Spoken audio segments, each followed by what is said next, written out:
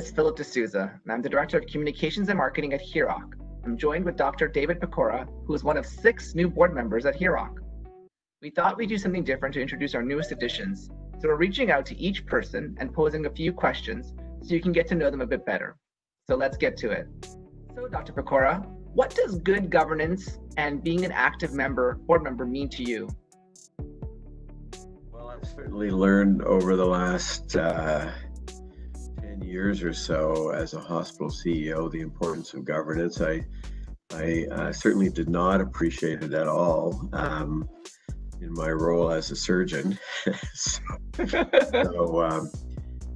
So I've come to appreciate and better understand the importance of good governance separate from good management. And governance has a very important oversight role. There are certain corporate aspects, risk factors, if you will, that are really important to have independent oversight on. And the quality of governance, I think, is dependent on a couple of things. At least one is the corporate structure. Is it set up to have good governance? And then the second is the nature of the people that are recruited to be governors, and whether they cover the waterfront of skills and attributes and experiences that the entity needs in order to function in a sound way. And certainly I've had a chance to, looking around the health system, I've had a chance to see a variety of partners, big and small, hospitals and non-hospitals. So I'm not really just referring to hospitals, but I might be talking about community organizations as well, where you can see the difference that good governance makes when it's present. How's that sound? It's totally true. You're absolutely right about having different lenses on the board, and how that lends itself well to ensuring that people can add add value. That's exactly what you said, and you can see that definitely. You can definitely see that when there's a good mix of individuals. Right. Yeah, and it's appreciating the role of governance is not easy. It's a fine balance sometimes between the sort of nose in, fingers out type policy, whatever that means. It's open to interpretation at any point. But, for board members to recognize the level of detail they need to understand so that they can ask the right questions without trying to redo management's work or do it for them. So that's true. Actually, this is going a bit off script. You report to a board. What's one thing your board has taught you? Well, I guess I would go to the formation of Kingston Health Sciences Center, because we're a very unique organization. As far as I know, we're the only entity that has a single board, single management team, single budget, single accountabilities to government that operates both a secular site at Kingston General and a Catholic or faith-based site at Hotel Dieu. And they both continue to exist in their original roles. Hotel Dieu Hospital continues to be a Catholic hospital. Hotel Dieu, or KGH, continues to be a secular or pluralistic hospital.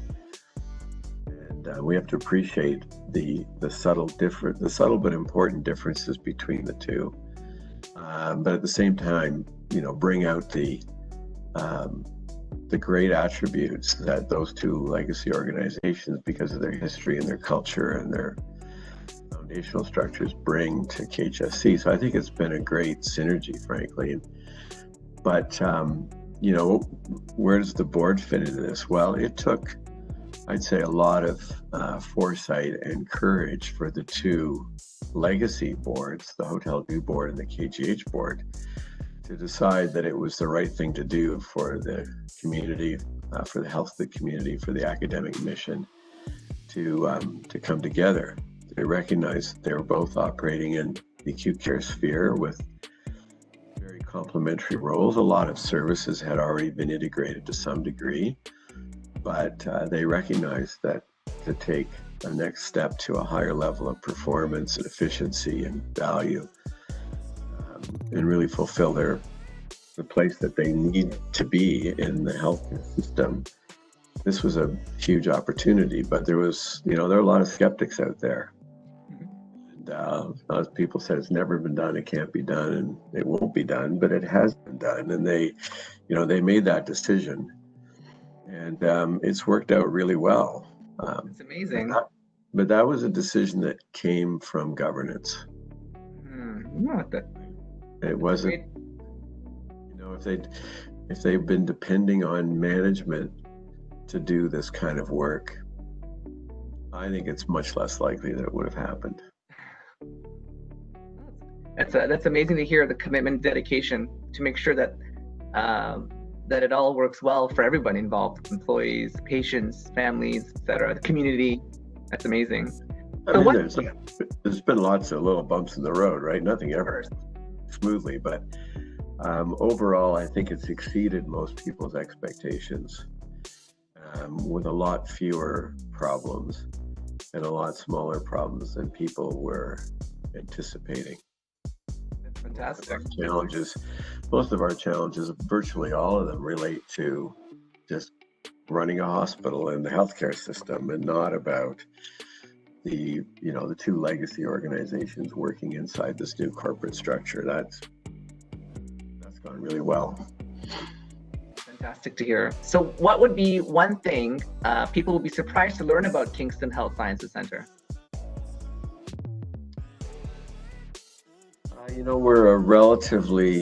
We're one of the smaller academic health sciences centers in the province and in the country, but working very closely with our partner hospital in Kingston, Providence Care, and Queen's University, we've been able to attract and retain some incredibly talented people, and so we have a great range of services and patients from who get care from the region and from outside of our region.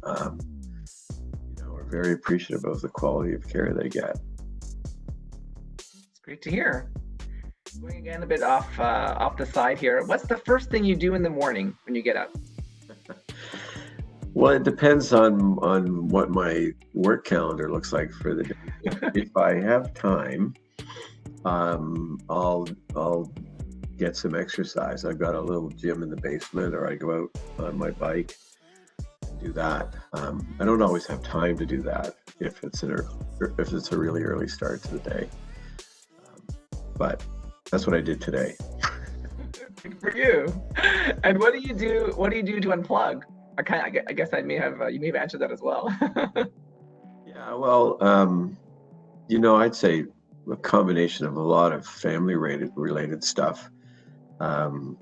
We have 4 kids and 3 grandkids, and that that can keep you totally consumed too. And then I like sports and recreation. I play a bit of hockey in the wintertime, like to ski. As I mentioned, cycling. I have a love-hate relationship with golf. So, so I do try to make time for those things too. That's good. Excellent to hear you take some time for yourself. And what one piece of advice would you give to your younger self if you could go back and give that piece of advice? Well, I guess the advice I give to my adult children and our trainees, our residents and clinical fellows, is just to be prepared for the unexpected, because you don't know what's going to happen. I'm in a job that I never anticipated having. So it's a little hard to prepare for the unexpected, but I think it's good to try to develop a broad set of skills, have some things that you're really expert in, but be open to learning other things. And I guess the other thing that I learned, again, in more recent years, since I became a CEO, was the importance of vision and mission and values and strategy. And that all sounds like sort of corporate bureaucratic speak when I'm talking to my physician colleagues. But the reality is, it does make a difference. And I would say one of the things that I really had my eyes open to when I was the Hotel Du CEO before the integration was the importance of values, one's own values and an organization's values.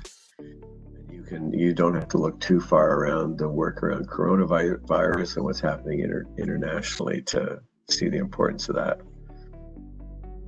100%. I'm glad that you brought that up, because even as a communicator, people, it's always good to have that foundation, and exactly what you said, the strategy and the values and the mission and vision. That's all that stuff is helps people have that kind of that foundation of where to lead from, where to go from. So I appreciate that.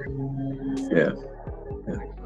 Well, thank you, Dr. Pichora, for taking time today out of your busy day. I'm sure our listeners are very happy to hear from you and learn more about what you do and how you're going to help us at HIROC and, of course, across the country. So thank you so much.